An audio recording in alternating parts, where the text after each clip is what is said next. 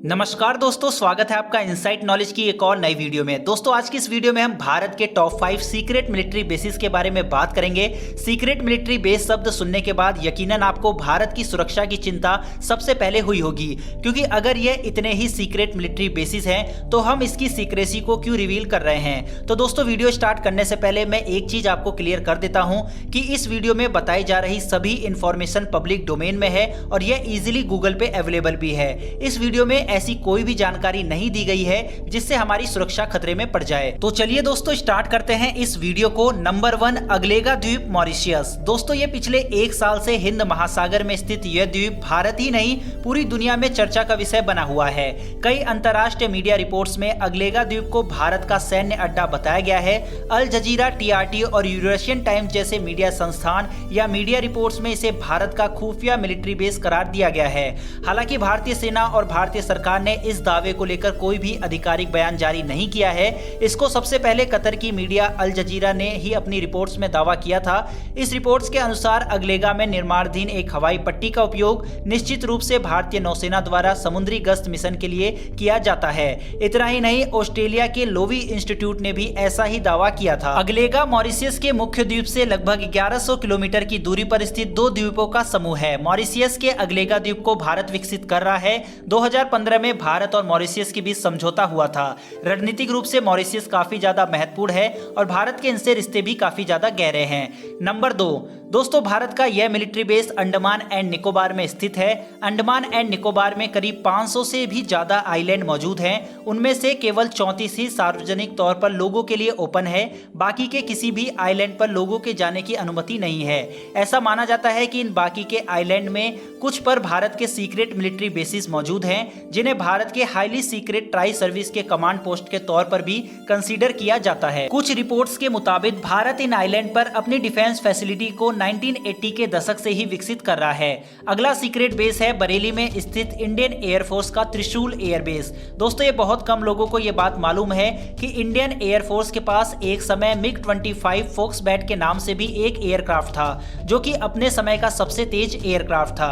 लेकिन दोस्तों आश्चर्य की बात यह थी कि इस एयरक्राफ्ट के बारे में तभी मालूम चला था जिस दिन इसको रिटायर किया गया था, और उससे पहले इसके बारे में ना तो दुनिया को पता था और ना ही भारतीयों को। इवन इस बेस में काम कर रहे भारतीय फौजियों को भी इसके बारे में नहीं पता चला था। बरेली में स्थित इंडियन एयरफोर्स का त्रिशूल एयरबेस भी इसी तरह का है। यह एयरबेस इतना ज्यादा सिक्योर है कि आज तक किसी ने भी इस एयरबेस से किसी फाइटर एयरक्राफ्ट को उड़ान भरते नहीं देखा है।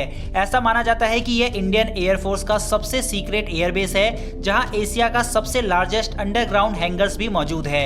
इस एयरबेस को केवल ऑन ड्यूटी हाई लेवल के गवर्नमेंट ऑफिसर के लिए ही ओपन किया जाता है। इस बेस से जुड़ी सार्वजनिक जानकारी के मुताबिक मौजूदा समय में इस एयरबेस में सुखोई 30 MKI और हेलीकॉप्टर यूनिट्स मौजूद हैं। अगला सीक्रेट मिलिट्री बेस यानी कि नंबर 4 पर है उड़ीसा में स्थित Wheeler Island. Wheeler Island Bhubaneswar से 150 किलोमीटर की दूरी पर उड़ीसा कोस्ट पर स्थित है। इसे हमारे देश के मिसाइल मैन यानी कि डॉक्टर APJ अब्दुल कलाम ने स्थापित किया है, और इस बात से अंदाजा हम लगा सकते हैं कि इस बेस को अगर हमारे missile man doctor APJ Abdul Kalam ने स्थापित किया है तो इसे किस खास पर्पस के लिए स्थापित किया गया होगा।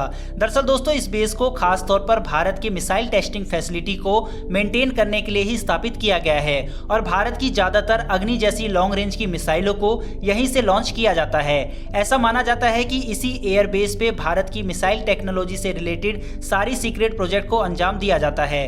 दोस्तों नंबर 5 एयरबेस की तरफ बढ़ने से पहले missile man doctor APJ Abdul Kalam के लिए कमेंट बॉक्स में जय हिंद लिखना ना भूलिएगा। दोस्तों हमारी इस लिस्ट में नंबर 5 पे जो एयरबेस है वो काफी ज्यादा खास है, और देखा जाए तो भारत के लिए सबसे ज्यादा महत्वपूर्ण भी।